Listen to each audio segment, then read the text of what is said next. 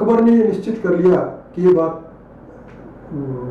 तय कर लें कि ये व्यक्ति मानने वाला नहीं है, इसलिए अब इसको जिंदा या मुर्दा मेरे सामने पेश किया जाए।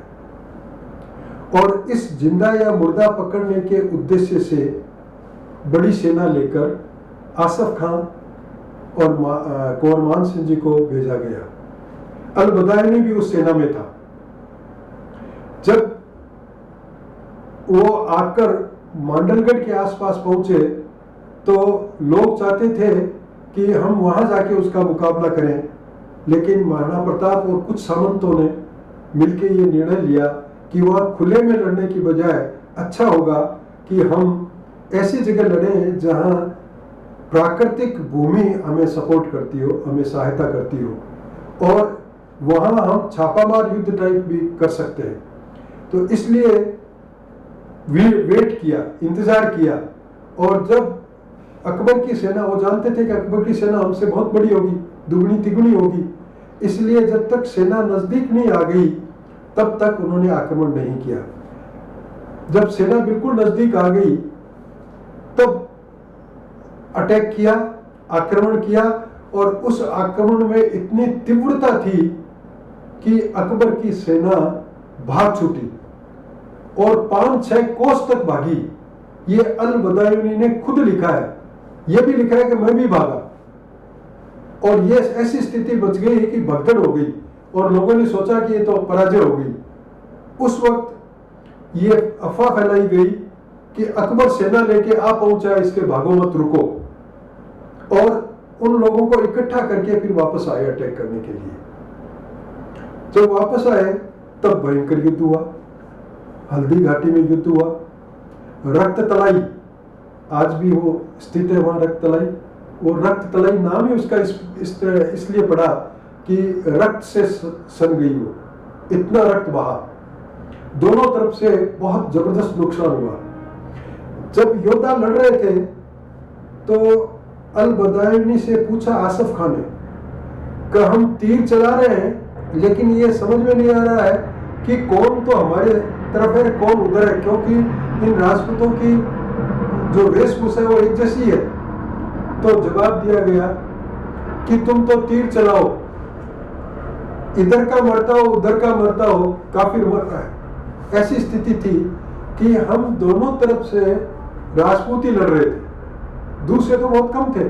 और दूसरी एक स्थिति और थी कि जो अकबर की सेना आ रही है उसके प्रधान सेनापति थे कुंवर मान सिंह, और जो महाराणा प्रताप की सेना जा रही है उसका नेतृत्व कर रहा था हाकिम का सूर।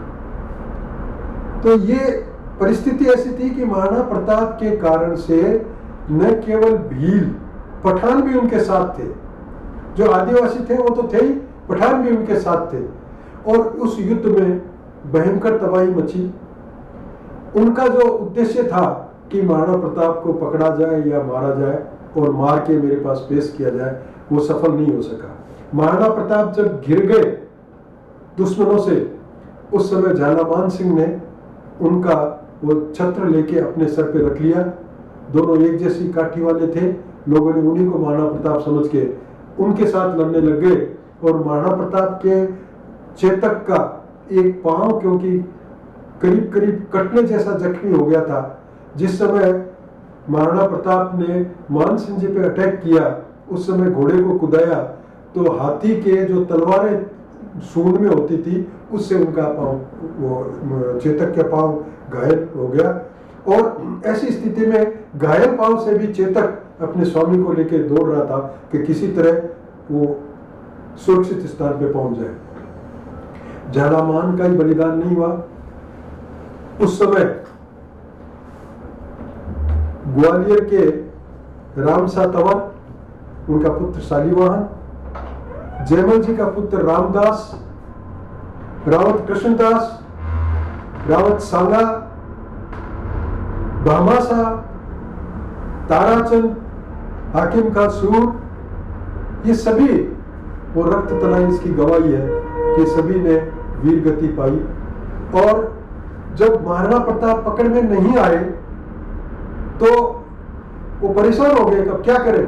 तो उनको ढूंढो, वो जरूर गोगुंडा गए होंगे, क्योंकि गोगुंडा उस समय गोगुंडा में वो रह रहे थे और वहीं उनका राज तिलक हुआ था।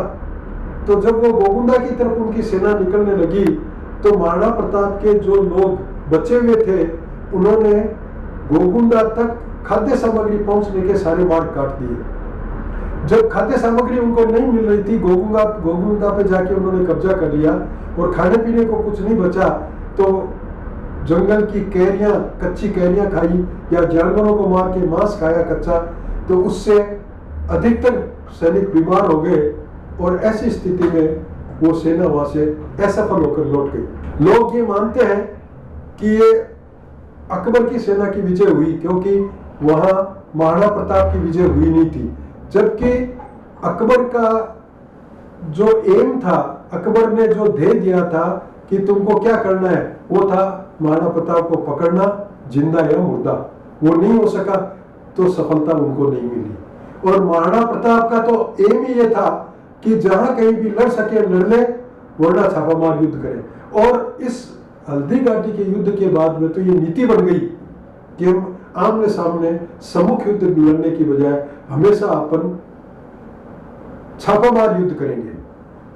और इसलिए उसी प्रकार की ट्रेनिंग देने के लिए, सैनिकों को तैयार करने के लिए, भीलों को तैयार करने के लिए वो प्रशिक्षण देने लग गए।